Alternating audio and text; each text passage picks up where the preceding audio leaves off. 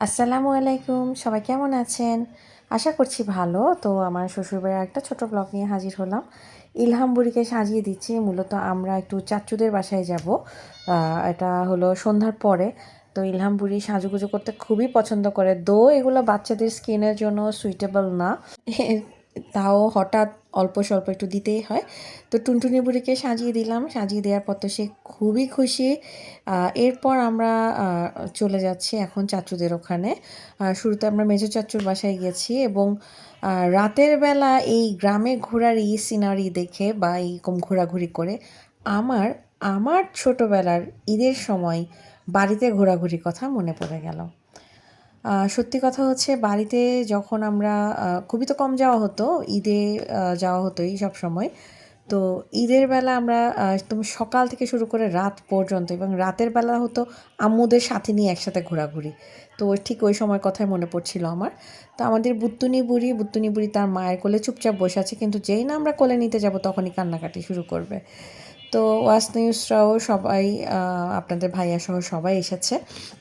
আম্মা এসেছে, নিফতু এসেছে। ওই যে একদম কি বলবো, সপরিবারে ঘোরাঘুরি বলতে পারেন। তো আমার গলার অবস্থা আসলে খুব একটা ভালো না, হয়তো শুনে বুঝতে পারছেন আমি কিছুটা সিক। একটু সময় লাগবে হয়তো ভালো হতে। এই কারণেও ভিডিও আর একটু বেশি দেয়া যেত, কিন্তু এখন দিতে পারছি না।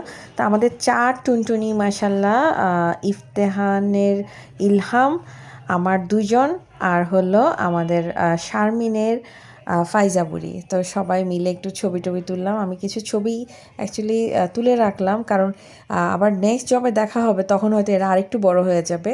তো এই যে ছোট, ছোট স্মৃতিগুলো এগুলোই হয়তো আমার কাছে রয়ে যাবে। তো এরপর ওখান থেকে আমরা একটু বের হয়ে যাওয়ার সময় আবার চাচুর সাথে একটু ছবি তুললাম। মানে হচ্ছে ওয়াসনা ইসরাত দাদাভাই, মেজো দাদাভাই।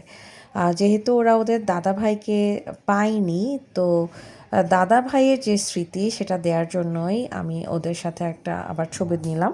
এখন আমরা ছোটো চাচুর বাসায় চলে এসেছি। তো ওখানে আসার পর আমরা কিছুক্ষণ বসছি, কিন্তু হয়েছে কি খাওয়া দাওয়ার ভিতরে অল টাইম, যার কারণে হচ্ছে যেখানেই যায় মনে হচ্ছে না প্লিজ কোনো খাবার দাবার দিয়েন না, এমনি কথা বলেন, এমনি পানি খাই, এরকম অবস্থা।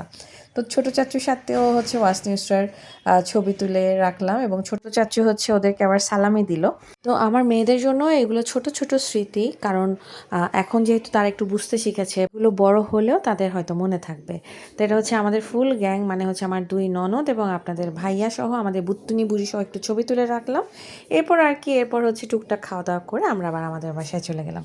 এ হলো গ্রামের বাড়িতে রাতের ঘুরে বেড়ানো।